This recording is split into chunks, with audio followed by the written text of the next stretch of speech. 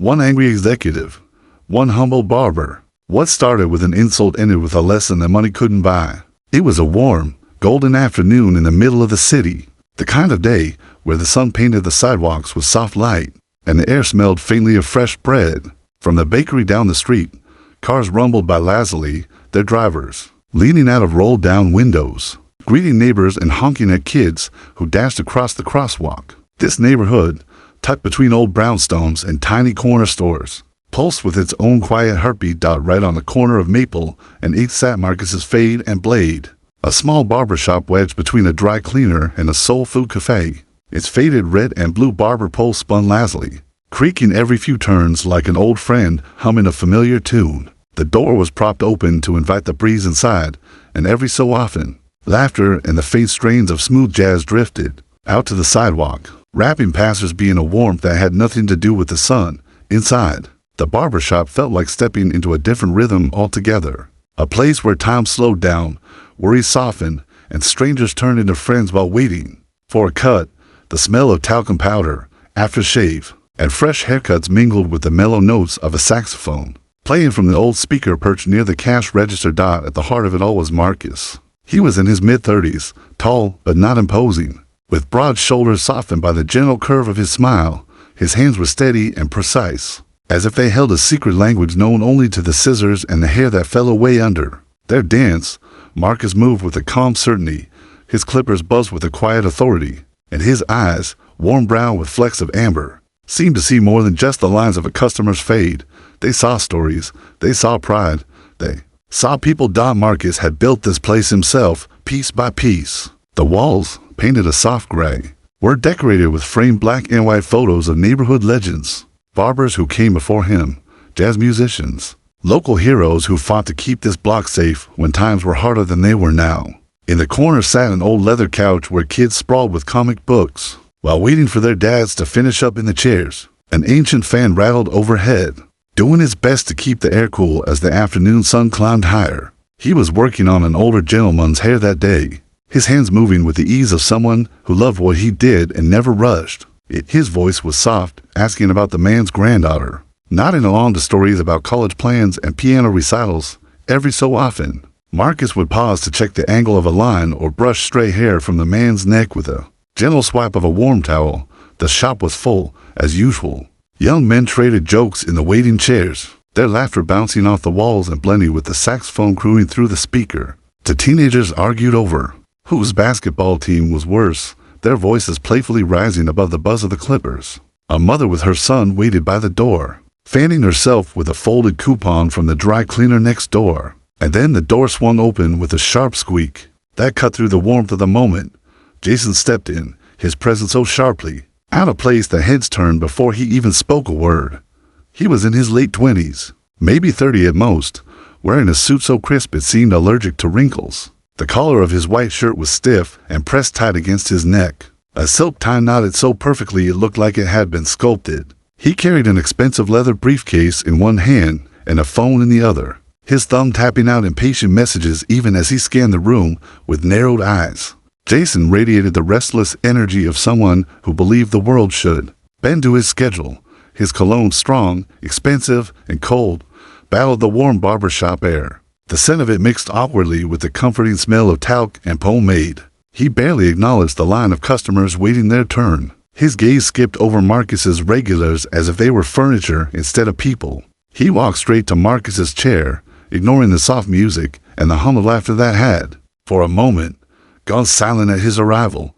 Marcus glanced at him in the mirror, his steady hands never pausing as he lined up the older gentleman's edge with a practiced flick of his wrist. He knew Jason by reputation, the kind of client who snapped his fingers for service, made calls during cuts, and never tipped more than the bare minimum. Jason's father had been a big-shot liar downtown, and Jason wore that inherited arrogance like another layer of cologne. Still, Marcus gave him the same gentle nod he offered everyone who stepped through that door. In this shop, people were people first, rich or poor, loud or quiet.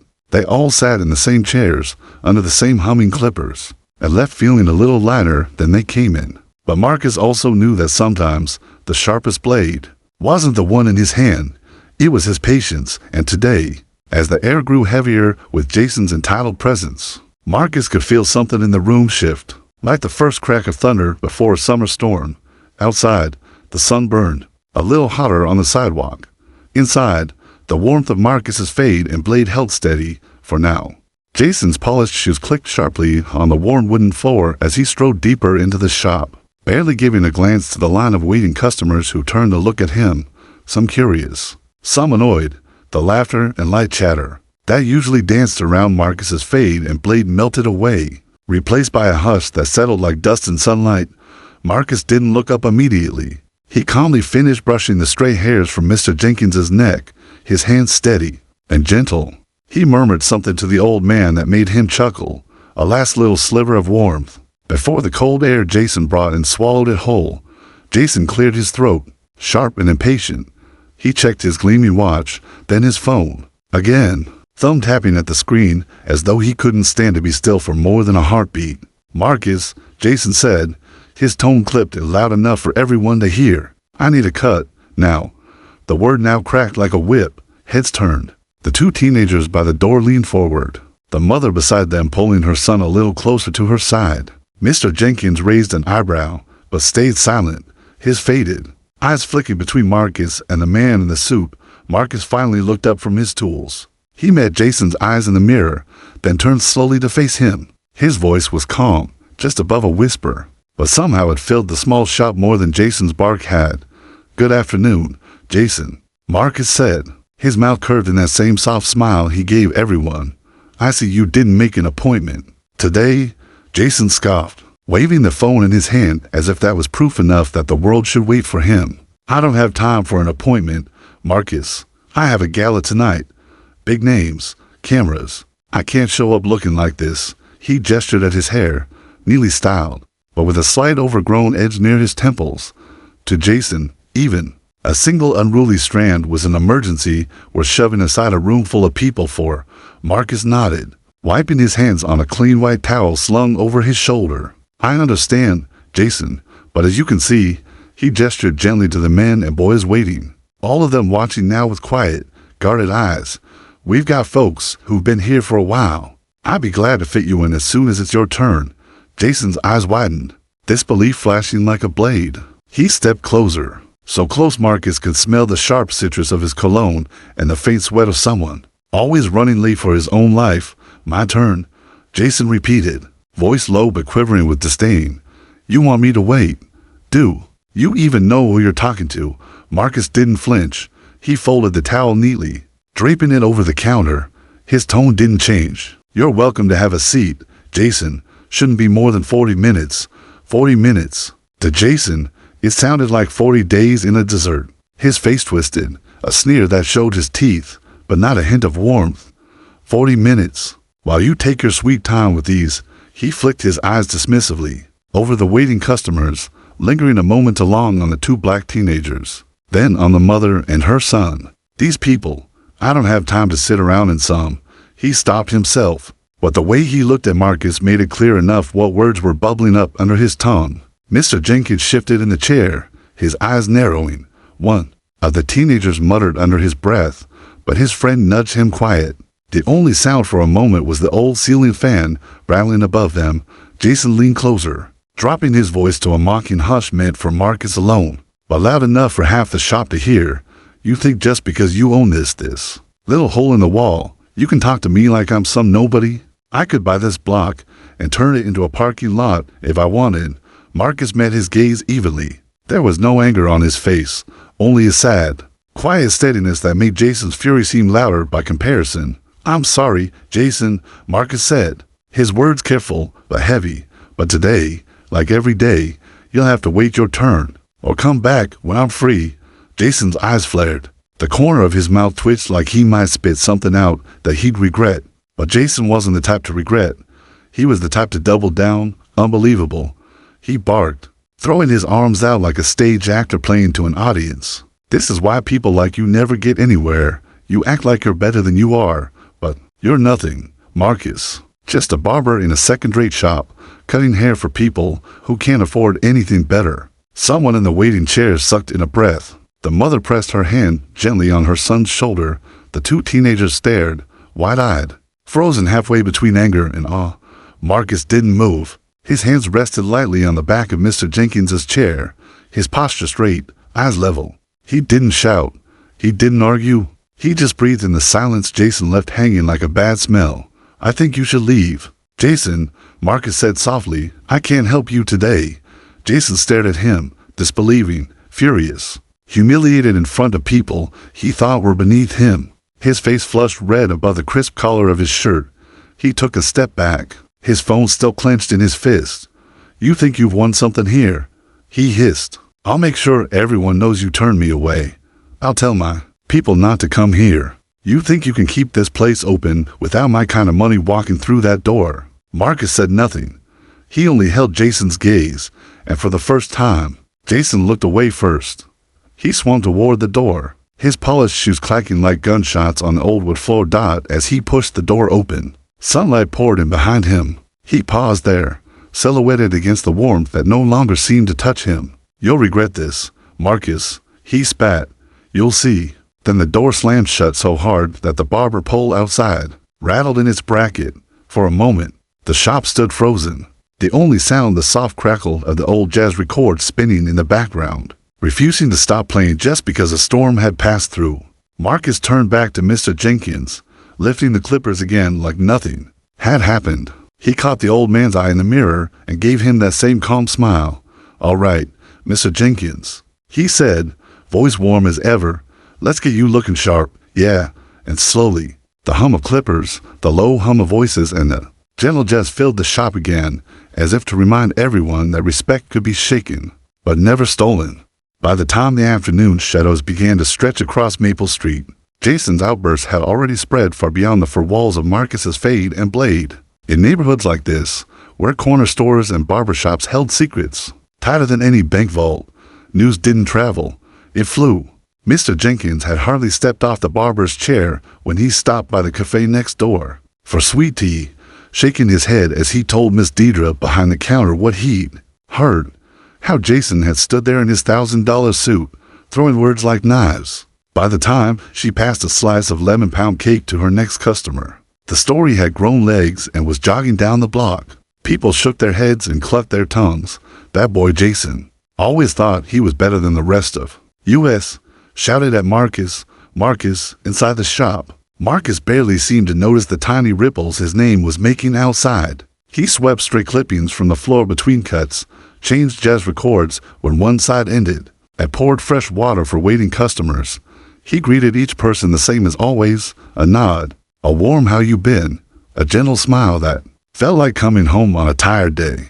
The old radio in the corner crackled through the saxophone and bass lines as Marcus hummed under his breath. To him, the rhythm of the shop was the same as it had always been, a place where dignity floated as easily as the faint scent of sandalwood and talcum powder. Yet while Marcus's clippers buzzed and old ceiling fans spun overhead, Jason's world was spiraling faster than he could grasp. Dashed to blocks away.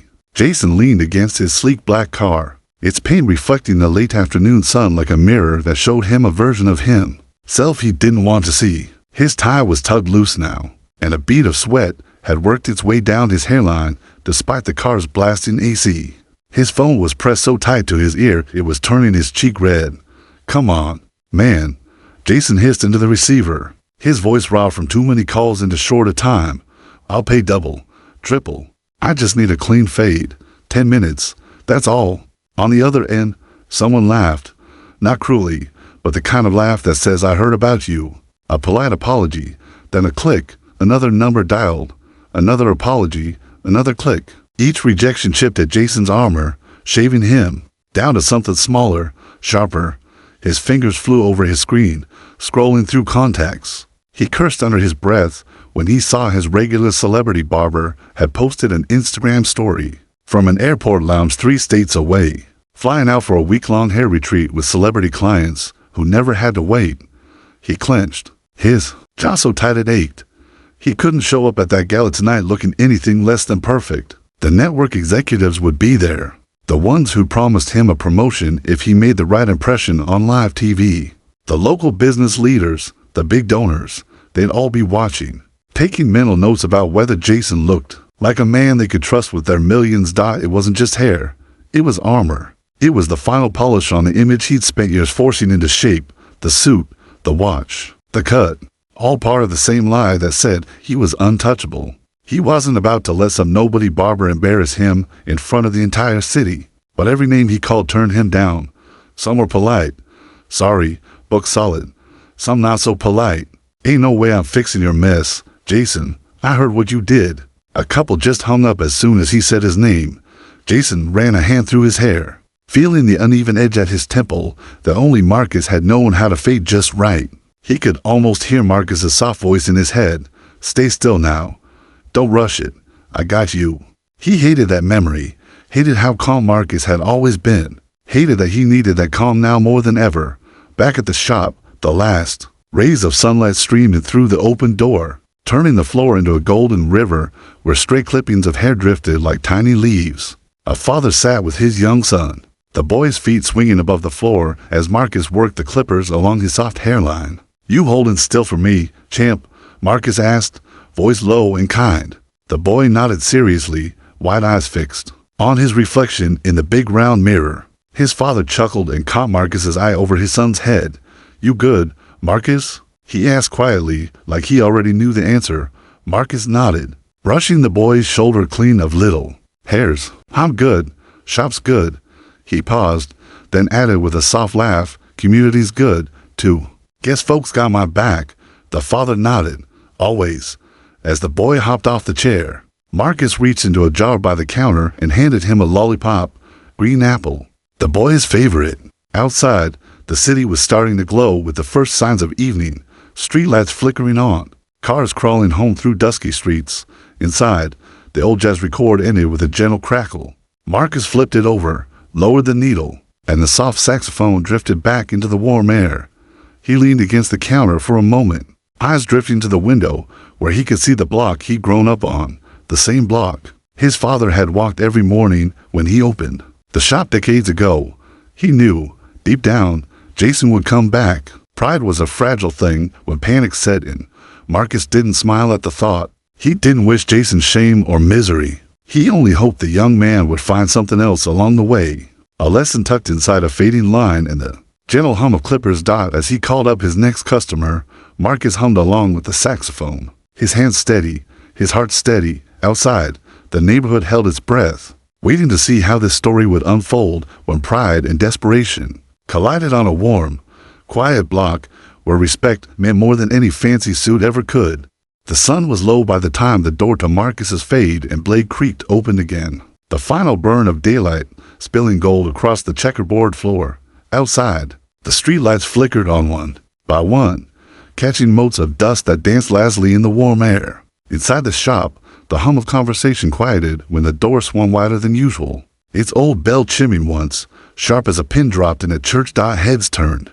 Marcus paused mid-sentence as he leaned down to brush the neck of a young man in his chair. Even the jazz on the radio seemed to hush, the saxophone's wail softening under the weight of the sudden silence. Jason stood in the doorway, but the man who'd once barged in full of bark and entitlement looked like a ghost of himself now. His tailored suit, once pressed to razor lines, sagged at the shoulders. His shirt collar gaped slightly, askew where a button had popped loose. His hair, the crown he guarded so fiercely, was an uneven mess, bits of it sticking up in desperate tufts where he'd clearly tried to tame it with water and impatience. He looked down at the floor first, then up, scanning the shop that was half full with people who knew exactly who he was and exactly what he'd said just hours before. Some raised eyebrows, a few leaned forward a fraction, waiting to see what shape pride would wear now that it had been beaten raw by panic. Jason cleared his throat, but the sound cracked in the middle like a branch snapping under too much weight.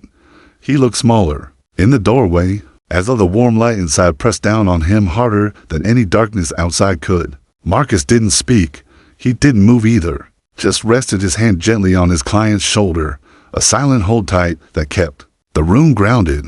His eyes found Jason's and held them there, steady as an anchor. Jason swallowed. He stepped forward once, then again, shoes scraping the floor instead of clicking now. He looked at the waiting customers, the same ones he dismissed with a flick of his wrist before. His mouth open, closed, The words tangled behind teeth that were used to commanding, not pleading.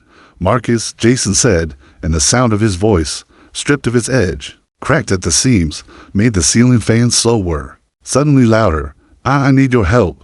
No one moved. The two teenagers by the window exchanged wide glances, but said nothing. The older man, who'd been half-napping in a corner chair, sat up straighter, the newspaper on his knee rustling. Like dry leaves, Marcus didn't answer. He simply tilted his head slightly, waiting.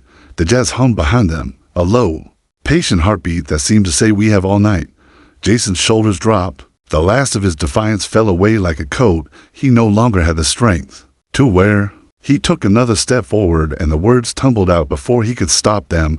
"There's a gala tonight," he said, voice hoarse, eyes flicking to the floor when they couldn't hold Marcus's anymore. "The network people, they're all going to be there. The execs, the board, they'll be watching. It's live. My boss said I'd be on camera. He wants me to meet donors. I can't show up like this." He lifted a hand to his hair, as if Marcus couldn't see it clearly enough, as if the mess of it weren't glaring under the warm overhead lights. "I tried everywhere. I called everyone," Jason went on, the words tripping over each other now, his voice barely more than a ragged whisper. "No one. They wouldn't take me. They heard what happened, what I said. No one wants to fix it." He looked up then, eyes glassy under the soft glow of the shop's old lights. He wasn't the man who threatened to buy the block and turn it into a parking lot. He was just a man, desperate enough to let every stranger in the room see him cracked open. "Please, Marcus," he said. The word "please" seemed foreign on his tongue, awkward, almost childish. I can't go there looking like this. I need you to fix it, please." The room held its breath, the weight of it pressing down on Marcus's shoulders more than the clippers ever could. He looked at Jason, really looked at him, and behind the fear and the sweat, he saw something raw. Not humility yet, maybe, but the bruised start of it. A soft, almost inaudible creak came from the chair Marcus leaned on as his client shifted to watch. His own head turned just enough not to miss a second. The jazz on the radio slid into a low, mournful trumpet line that filled the silence with something like forgiveness waiting to be spoken. Marcus exhaled. He glanced around the shop, at the father reading a magazine to his boy, at the teenagers pretending not to stare, at the old man who gave him the smallest nod, as if to say, "It's your call." He set down his brush, laid his comb beside it. His eyes found Jason's one last time, holding him there, steady, unmoving. Then he spoke, the words soft, but clear enough that every corner of the barbershop caught it. "Sit down, Jason." It wasn't a command. It wasn't permission either. It was something in between, an opening, a chance. A mirror turned back on a man who'd been too proud to see his own reflection. Jason's shoulders slumped with something that looked like both relief and shame. He shuffled forward like a child about to be scolded and saved at the same time. He sank into the empty chair Marcus gestured to, the leather squeaking under his weight. No one clapped. No one jeered.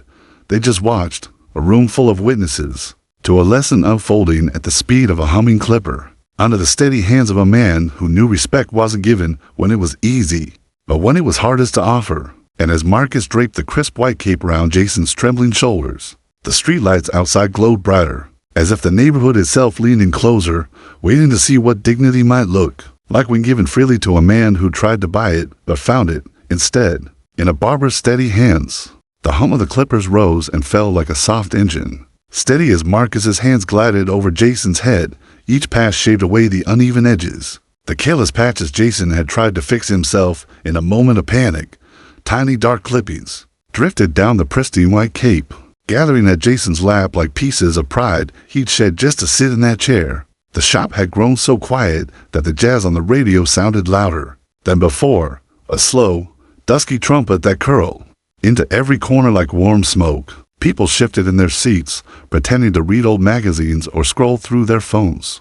But no one was really looking at anything except Marcus and the man in the chair. Marcus worked with the same calm, deliberate care he'd given every customer before Jason and would give every customer after. He pressed Jason's head gently to one side with a tap of his fingertips, clipped, combed, turned him the other way, each motion smooth, unhurried, as though he were trimming away more than just hair, as though he were smoothing out every rough word that had been thrown across the shop earlier. Jason's eyes flicked to Marcus's face in the mirror every few seconds, a nervous glance, as if looking for a sign that this man would say the things Jason was too afraid to hear. But Marcus's eyes stayed on the job, steady, patient, focused on the line where hair met skin and the balance that made a fade perfect. Finally, Jason cleared his throat. It cracked halfway out, too soft to match the sharp edge he usually wore like armor. Marcus, he started, voice catching as he spoke. Listen, I was out of line earlier. A flick of the clippers, a low hum. I shouldn't have. I mean, the things I said.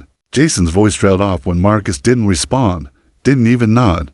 He tried again. I've just been under a lot of pressure. The promotion, the gala, my boss breathing down my neck. I didn't mean. Marcus set the clippers down for a moment and changed the guard. The click of the plastic piece snapping into place was louder than Jason's words. The soft buzz resumed, smoothing the fresh guard across Jason's temple with feather-light precision. I shouldn't have spoken to you like that, Jason said, words tumbling out faster now, as if he thought speed might soften them, or to your customers, or said what I said. I was just... Marcus's hand paused on Jason's head, fingers brushing over his hairline to check the line's sharpness. He met Jason's eyes in the mirror, just for a heartbeat, then flicked them away again, back to his work. You ever hear about my father, Jason? Marcus asked, his voice calm. The same tone he'd used all day with every other man who'd sat in that chair. Jason blinked. Your father. He built this place. Marcus's eyes flicked to the walls, where old black and white photos. Looked down at them. Back when folks who looked like me didn't have too many chairs they could sit in, or too many folks who'd put a pair of clippers to their head with respect. The shop seemed to lean in with him, the teenagers in the corner, the father with his son, the old man by the window who'd heard this story before, but never tired of it. He started out cutting hair. In his kitchen, Marcus said, the clippers humming softly in his hand. Word spread. Men would come in after shifts at the factory, sit at our table, leave feeling a little more like themselves again. He didn't have fancy signs. He didn't have big shot clients. He just had a pair of steady hands and a promise that no man who sat in his chair would leave feeling small. Marcus tilted Jason's head forward, checking the back of the fade with a handheld mirror. He tapped Jason's shoulder to keep him still when he tried to shift. When he opened this shop, right here, on this corner, some folks told him no one would come. Said a BlackBarber would never keep a shop open long here, but he did, because people came for more than the cut. Jason. They came because he treated them like they mattered, whether they wore coveralls or three-piece suits. Jason stared at his own reflection. His eyes looked tired under the bright lights. The fresh line of his fade was sharp and clean, framing a face that no longer looked invincible, only exposed. My father taught me something else too. Marcus continued, lowering the clippers and brushing the last stray hairs from Jason's neck with a soft towel. Respect. That's earned every day. One word at a time. One handshake at a time. One cut at a time. It doesn't matter how nice your suit is or how many zeros you got in the bank. You lose respect once, it's real hard to buy it back. He lifted the cape from Jason's shoulders. Tiny hairs fluttered to the floor, lost among the rest. Jason sat frozen for a second, his hands clenching and unclenching in his lap. He looked in the mirror at the man staring back at him. Crisp hairline, flawless fade, suit still wrinkled, but head held a little straighter. He looked sharper than he ever had, but he felt smaller than he could remember feeling in years. He opened his mouth like he might say something more, another apology, a promise to do better, an excuse to fill the space Marcus's quiet honesty had carved out inside him. But nothing came. Nothing seemed big enough to cover the silence that settled between them. Marcus didn't say anything either. He just stepped back, sweeping the loose hair into the small metal dustpan by his chair. The soft rasp of the broom the only sound that filled the shop for a moment, and around them, the people who'd watched this lesson unfold shifted in their chairs, breathed a little easier, and turned their eyes back to their magazines and phones. Though none of them would forget how a man had come in to beg for the door, and left wondering if he'd ever be small enough to stand tall again. Jason sat there for a moment longer, shoulders hunched under the soft light overhead, the crisp lines of his fresh fade somehow making the slump of his posture even more stark. His reflection stared back at him, the perfect hair, the suit, that now looked too stiff for the man inside it, the eyes that flicked to Marcus and then darted away, like they couldn't stand the weight of what they saw there. The old ceiling fan creaked slowly above them, stirring the warm air and the faint scent of talcum powder that drifted around every corner of Marcus's fade and blade. Somewhere near the window, the two teenagers whispered to each other behind their phones, pretending to scroll while they stole glances at the man who, just hours ago, had thought he was too big to wait in line with them. Jason cleared his throat. He reached into his jacket pocket. The fine wool rumpled now from being tugged and twisted all afternoon in frustration. He pulled out a sleek black leather wallet and thumbed through the crisp bills inside.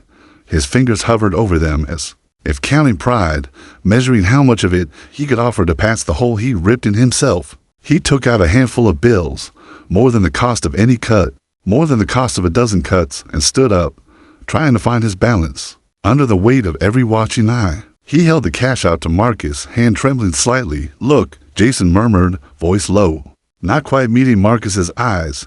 "I want to pay extra, for the trouble, for your time." Marcus looked at the bills, but he didn't move to take them. He wiped stray hairs from his clippers with a clean cloth, the motion so slow and patient it made Jason's outstretched hand look like something foreign, something heavy that didn't belong in the warm air of the shop. When Marcus finally lifted his eyes, they were steady as always, that soft brown that could cut sharper than any blade he held. He met Jason's gaze in the mirror first, then turned to look at him face to face. "It's 25. Jason," Marcus said, his voice calm, almost gentle, "same as it is for anybody else." Jason's brow furrowed. He looked down at the money in his hand, then back up.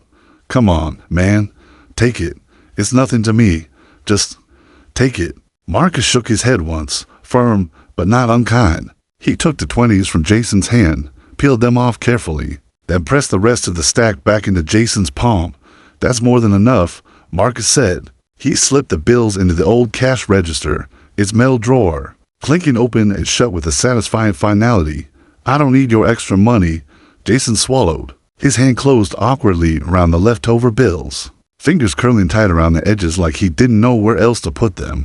Marcus leaned his hip against the barber chair, arms crossed loosely. For a moment, the whole shop seemed to lean closer to the muted saxophone on the radio, carrying his words like a breeze through the room. "It's not about the money, Jason," Marcus said, voice low, but filling every corner of that small shop. "It's about how to carry yourself when people are watching and when they're not." Jason's mouth opened like he might argue, but nothing came out. He looked down at the floor, then back up at his own reflection, the perfect fade, the tidy hairline that would shine under the bright gala lights tonight. But the eyes looking back at him were different now, a little older, a little smaller, a little more honest. Dot behind him. The old man by the window cleared his throat and went back to his paper. The teenagers ducked their heads quickly, pretending they hadn't been listening. The mother by the door gave Marcus a tiny nod, a silent good job that didn't need to be said out loud. Jason slipped his wallet back into his pocket. He gave Marcus a stiff, awkward nod, a bow of the head that landed somewhere between apology and thanks. Still too new on his shoulders to feel natural. Dot, without another word, he turned and walked to the door, his polished shoes tapping softly across the old wooden floor.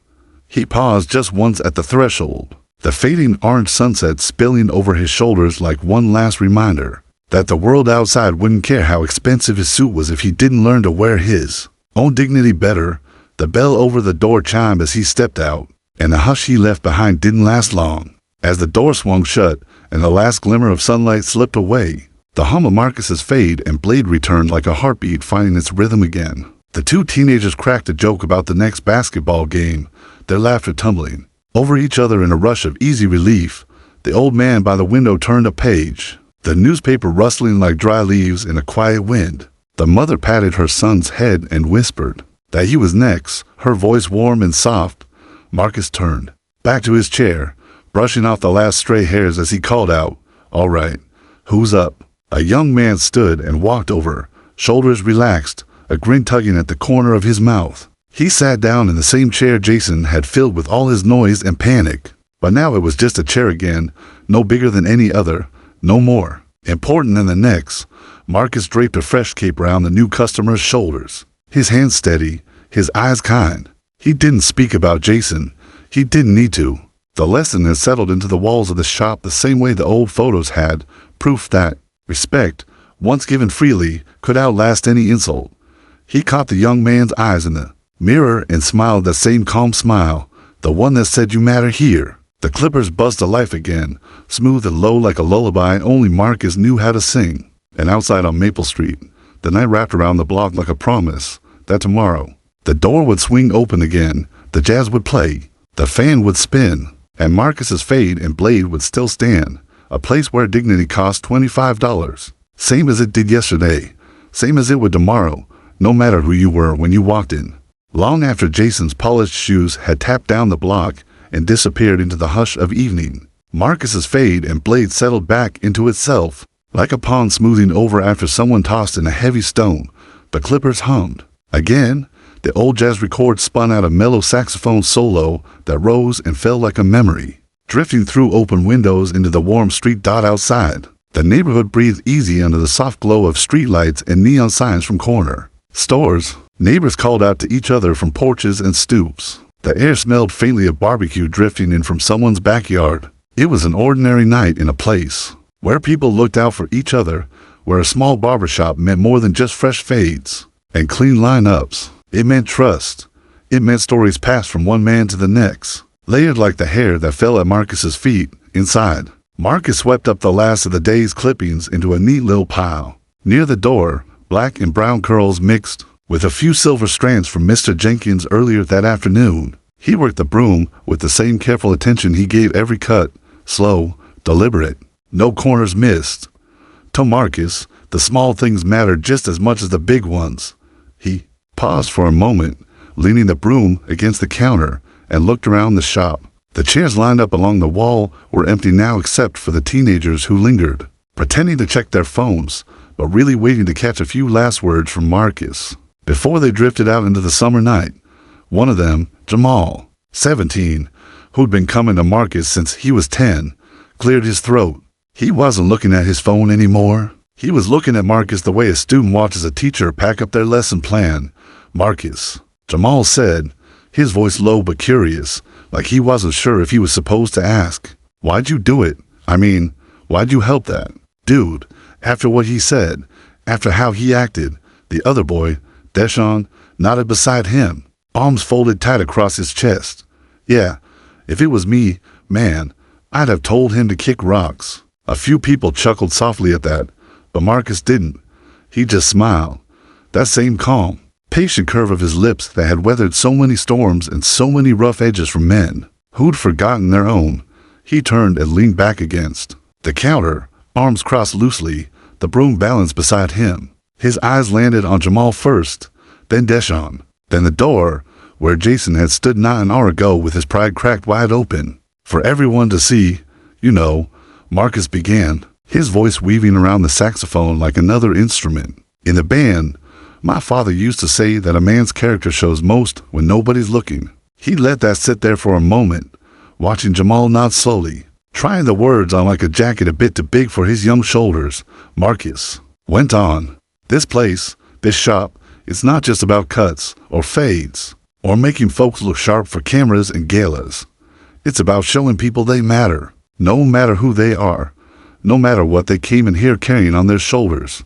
He glanced at the old black and white photo nailed above the mirror, his father in a crisp apron, clippers in hand, smiling beside a young Marcus perched in the chair that now sat Jamal and Deshaun. Back then, his father had cut hair in a world that pretended not to see men like him. He'd given dignity when the world outside tried to strip it away.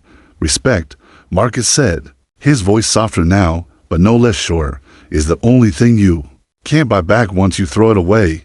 Jason, he's got fancy suits, big job, shiny car, but none of that means a thing if folks don't respect the man under all that shine. He pushed off the counter, picking up the broom again. He swept the last stray hairs into his dustpan, the tiny click of it closing punctuating his words like a final note.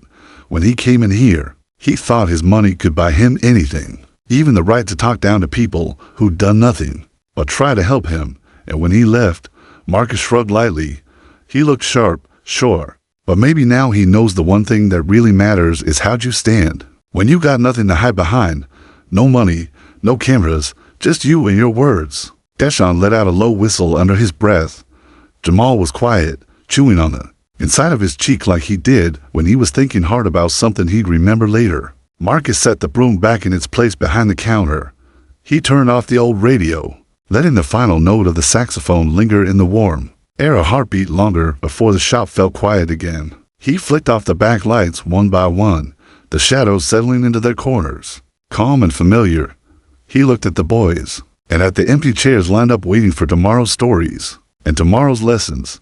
You carry respect inside. You, he said, voice almost a whisper now, but they all leaned in close to catch it.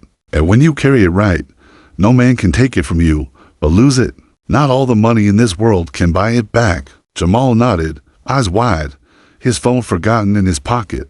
Deshaun muttered a soft true that, under his breath, and the two boys pushed off from their chairs, grabbing their backpacks and tapping Marcus on the shoulder as they passed.